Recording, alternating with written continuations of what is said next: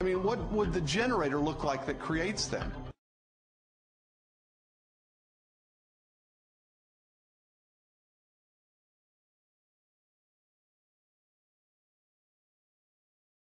Maybe it's like a giant monolith that has dozens of different dials, each of which has to be set to the right physical constant.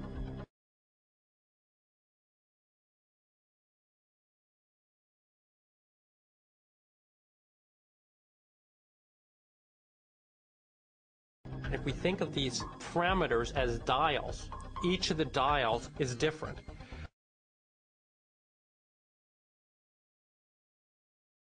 So if you produce enough universes with enough different dial settings, eventually, just by chance, you get one just right.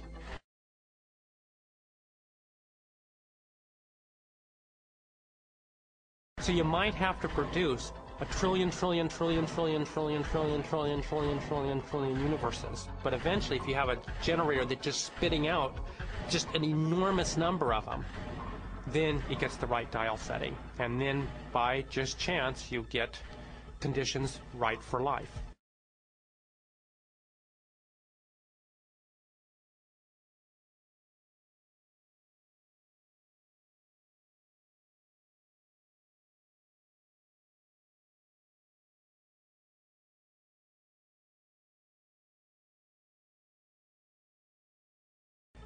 So it's a huge cosmic lottery.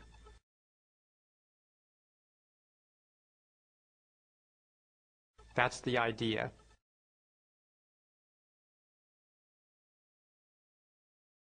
It's an interesting idea. I mean, there's really only one problem with it. There's no independent evidence that it's true.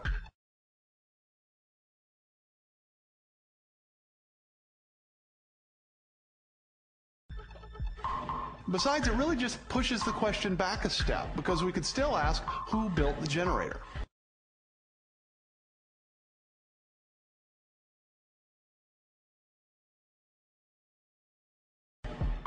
The suggestion of multiple universes strikes me as a desperate attempt to explain away the obvious.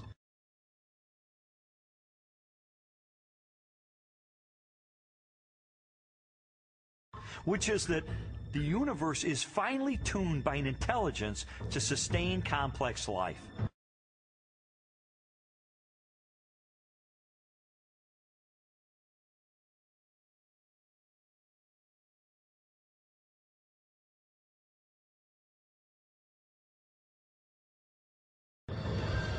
An intelligence that must be beyond the constraints of time and space.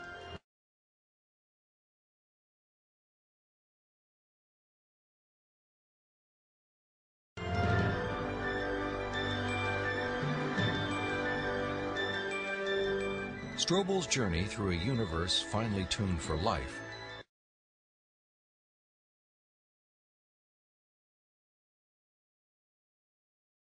inevitably led him home, to the blue jewel of our solar system, the planet Earth. There he encountered another array of critically balanced conditions essential to human existence.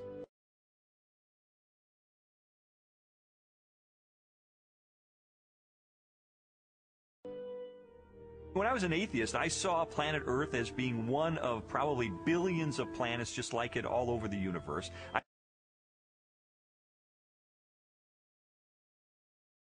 I saw our sun as being an average, undistinguished type of a sun.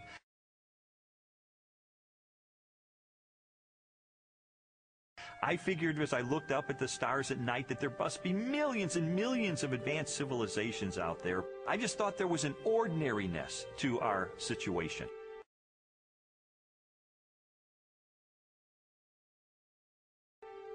This line of reasoning was totally consistent with my atheistic worldview.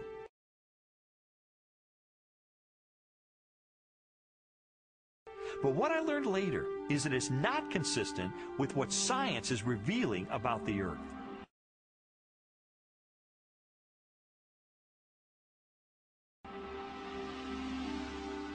Strobel's investigation caused him to consider the many conditions necessary for a life-sustaining planet.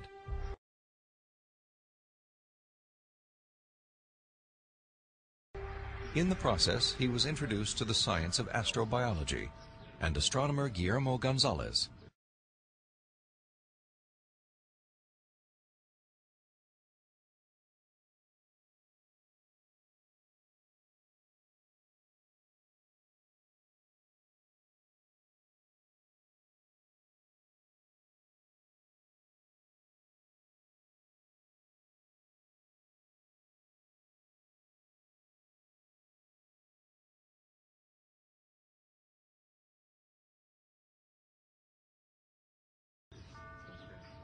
I'm an astrobiologist, and what motivates me is just to examine the conditions necessary for life.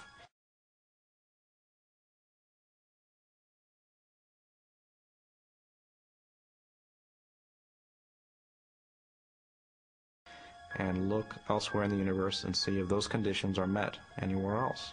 And the answer could be yes, and the answer could be no, and either answer is interesting.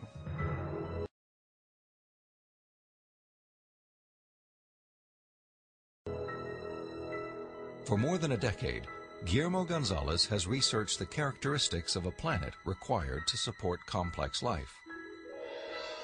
Estimates vary, but a current list of these factors would number at least 20 and include an oxygen-rich atmosphere,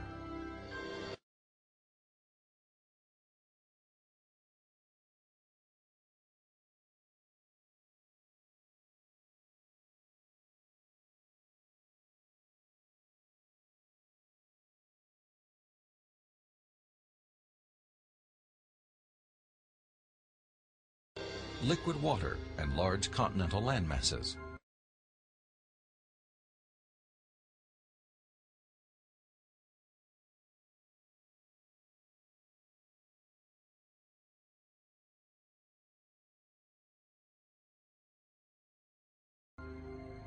a home star of the right temperature and mass,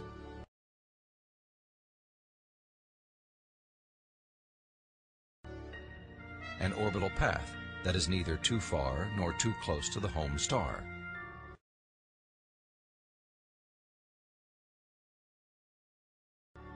a moon large enough to stabilize the tilt of the planet's axis and the movement of its tides, a magnetic field strong enough to deflect the sun's radiation,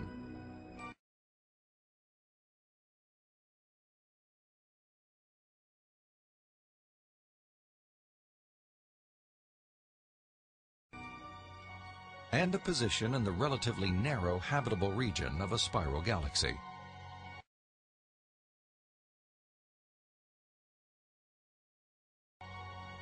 All these factors have to be met at one place and time in the galaxy if you're going to have a planet as habitable as the Earth.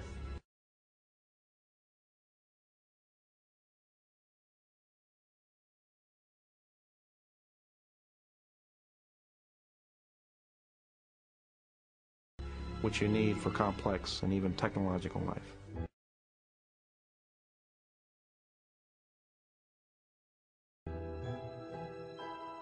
Theorists have attempted to calculate the odds of all the necessary factors for life appearing at the same time on the same planet.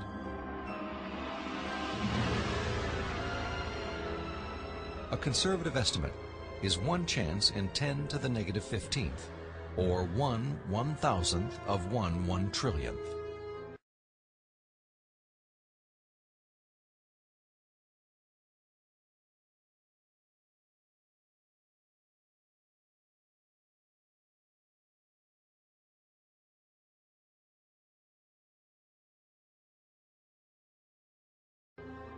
On those terms, even when compared to the billions of suns and possible planets in our Milky Way galaxy, the probability of even a single habitable world appears unlikely.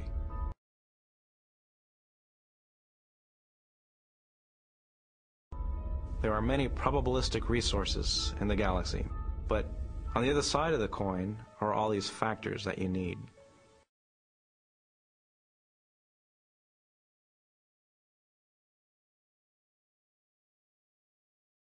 You have to get just right in order to have just one habitable planet like the Earth. And that leads me to conclude that yes, we're rare in the galaxy.